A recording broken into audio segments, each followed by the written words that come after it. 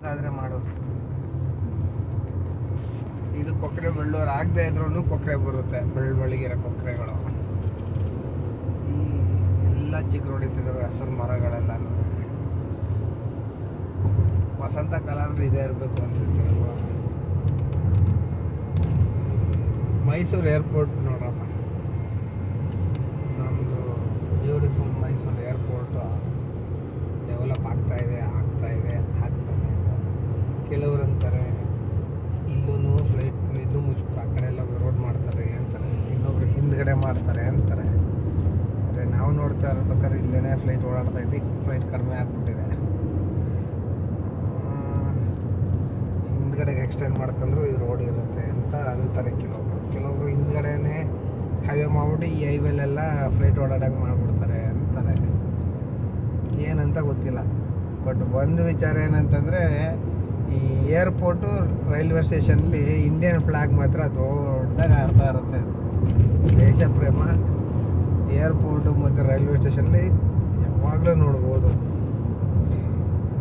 ಎಲ್ಲಿ ನೋಡ್ತೀವೋ ಬಿಡ್ತೀವೋ, ನಾವಿಲ್ಲಿ independence day ದಿನ, ರಿಪಬ್ಲಿಕ್ ದಿನ ಮಾತ್ರ ನೋಡ್ತಾ ಇದ್ದಿದ್ದು ಫ್ಲ್ಯಾಗ್ನ. ಇಲ್ಲಿ ವರ್ಷ ಪೂರ್ತಿ ನೋಡ್ಬೋದು. ನನಗೊಂದು ಡೌಟು, ಈ ಜರ್ನಿ ಮಾಡ್ಬೇಕಾದ್ರೆ ದೇಶ ಪ್ರೇಮ ಬರುತ್ತಾ ಅಂತ ಗೊತ್ತಿಲ್ಲ. ಮರ್ತು ಬಿಡ್ಬಾರ್ದು ನಾವು ಇಂಡಿಯನ್ಸು ಅಂತ ಹೇಳ್ಬಿಟ್ಟು ರಿಮೈಂಡ್ ಮಾಡೋದಕ್ಕೇನಾದರೂ ಫ್ಲ್ಯಾಗ್ ಏನಾದ್ರು ಇಟ್ಟಿದ್ದಾರೋ ಗೊತ್ತಿಲ್ಲ. ಒಂದು ರೀತಿ ಒಳ್ಳೇದೇ. ಇನ್ನು ಎಲ್ಲೆಲ್ಲಿ ಫ್ಲ್ಯಾಗ್ ಎಕ್ಸ್ಪೆಕ್ಟ್ ಮಾಡ್ಬೋದು ಯಾವಾಗಲೂ. ಗೌರ್ಮೆಂಟ್ ಆಫೀಸ್ಗಳಲ್ಲಂತೂ ಇರುತ್ತೆ ಯಾವಾಗಲೂ. ಅವ್ರು ಈವ್ನಿಂಗ್ ತೆಗಿತಾರೋ ಇಲ್ವೋ ಅನ್ನೋದು ಗೊತ್ತಿಲ್ಲ.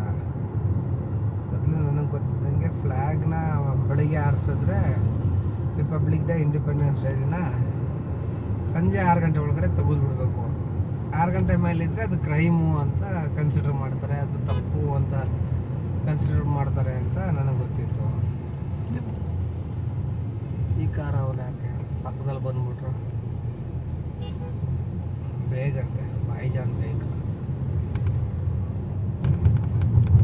ಅರ್ಜೆಂಟಲ್ಲಿ ಅವರೇ ಸ್ಯಾಂಟ್ರೋದವರು.